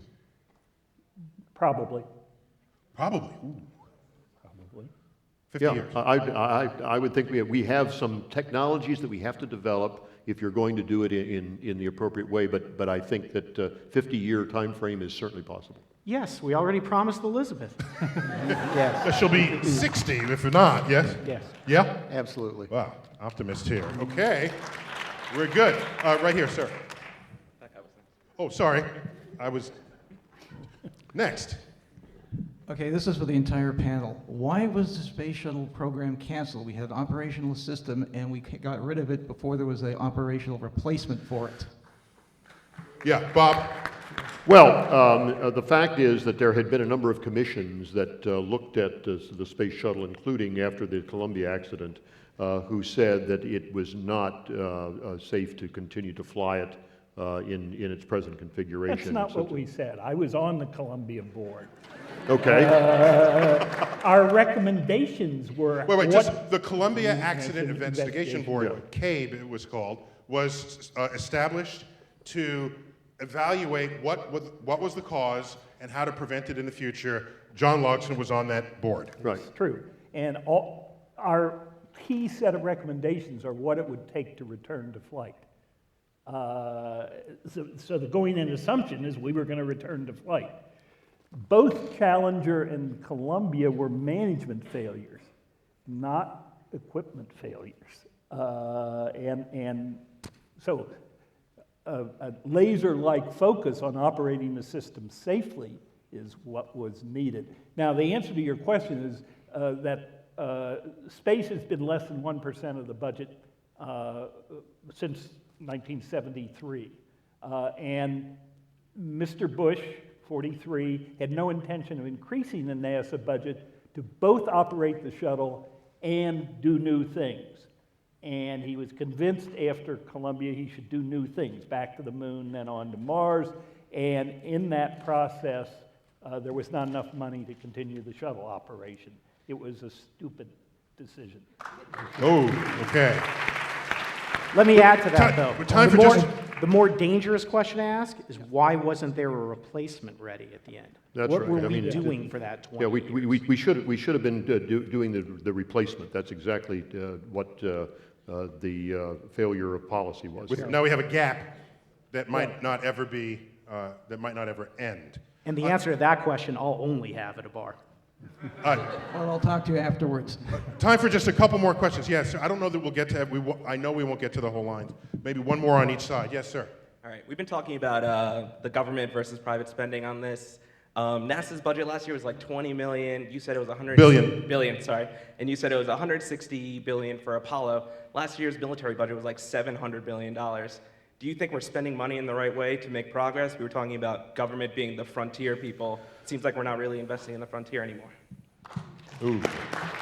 John, or who's going to? Yeah, well, I don't think this country has been serious about having a good space program for a number of years because it has underfunded and created over expectations of what we want to do. The space program, NASA's program, $17.6 billion, I think, is this year's request, really should, to do what we want to do and do it well, be up in the mid-20s. Not anything It should be near 50 like DOD. billion. What do you mean? Well, I mean, Neil has been campaigning to double it. At least. A 12 penny people rather agree than with the half a doubling of the penny. budget, yes. But the basic, we're not spending enough money to have a good space program. Or good science. The future of the world is not going to be determined by who has the most bullets. It's going to be decided in the boardrooms with economics and science and STEM. We should be funding education. We should be funding NSF because that's where the future of the world lies. Yes. Good evening. So my name is Gladys Velez Caicedo, and I'm an undergraduate student of astrophysics at Barnard College. And my question to you guys is, beyond, as we see the decrease in funding from NASA and governmental funds for the exploration of outer space, how do you feel that the privatization, the commercialization of space exploration and colonization of space will affect the more globalization economy of the Earth?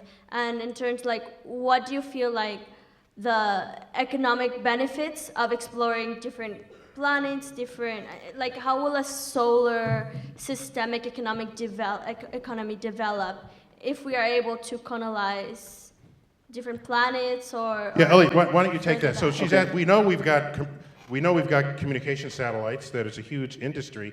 The premise is if we're going to explore space, there would be some economic benefit to that back here on Earth. Right. Do your people talk about this? Well, we do, because if you think about it, nobody loads up a cargo load of $1 million bills and launches them into space. If you're spending on space, you're spending it on Earth, you're spending it on the people and the processes to make space things happen. So money just doesn't get launched into space. Although that's a common conception. It's a common conception. They just launched dollars into space. I think the answer to your question, from my view, it also goes back to the last question we had, and that is that there needs to be a proper recognition and a proper balance between what the private sector does and does well and what government should do well. And I think that a big victim of our political dysfunction over the last decade has been our space program, because we can't agree on what to do and do well in the government, and that needs to change. We need to get back to those days when we had bipartisan coalitions who understood that this was important. That having been said, we need to understand where the value is and where the value is created. The government no longer goes out with an RFP, a request for proposal, to buy a computer. They go down to the Best Buy and they buy a computer. We're getting productized like that throughout the space value chain. And so government ought to be looking at what can it do with its investment to best push forward the frontiers of exploration, and how in doing that can they best bring the resources and the intelligence and the expertise and the energy of private industry to make it all happen. And when we say privatization, let's remember the Lunar Excursion module, I won't say LEM, was built by a company. It was built by That would be an Northrop acronym. Yeah. Yep. Okay. It's built by Grumman right on here on Long Island. Actually, I want to end with this last Twitter question. This is I'm directing it to you. Adamus Riley asks, what kind of credentials would an asteroid mining company look for in hiring a space miner? Would it be Bruce Willis? You blew them up. Only if you're blowing it up, not mining it. Only if you're blowing it up, not mining it. I like that answer. I think what we're looking is very much what we're looking for the astronaut corps of today: science, engineering. What we told the young girl, you have to get that education. That is where America's future is going to be won or lost. And the people who go out to that asteroid and explore the frontier will be the ones who study and dedicate themselves to STEM education. Thank you, panel. Thank you all for coming. John Logsdon's most recent book is available for sale out in the lobby. He signed each copy. We will not be having our receiving line as usual. We're going to have a press roundtable back up in my department because we have many members of the press here this evening. So thank you all for coming. We'll see you in a year. And as always, keep looking up.